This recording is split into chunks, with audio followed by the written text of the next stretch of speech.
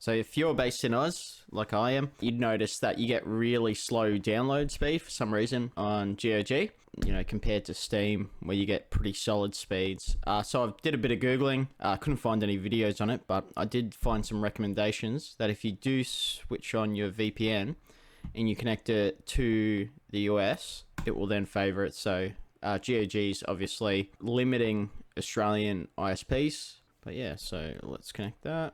Yeah, it's connected. I might pause it, resume. Beautiful. And like straight away, it went from, 1 to 3 to now above 10. Yeah, to floating around 10 to 12 or megabytes per second, which is what I should be getting.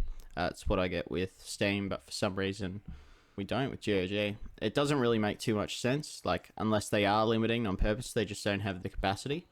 But yeah, that's just a quick fix. Chuck on your VPN, make it set to a US server, and you'll get the speeds back up. I did notice something similar to YouTube as well. YouTube favors certain ISPs. I'm in one that they do not favor, so I find that if I jump on and switch to a VPN based in Australia, even though I'm in Australia, I'll get better speeds at peak times. Thanks for making it to the end of the video, and have a good one.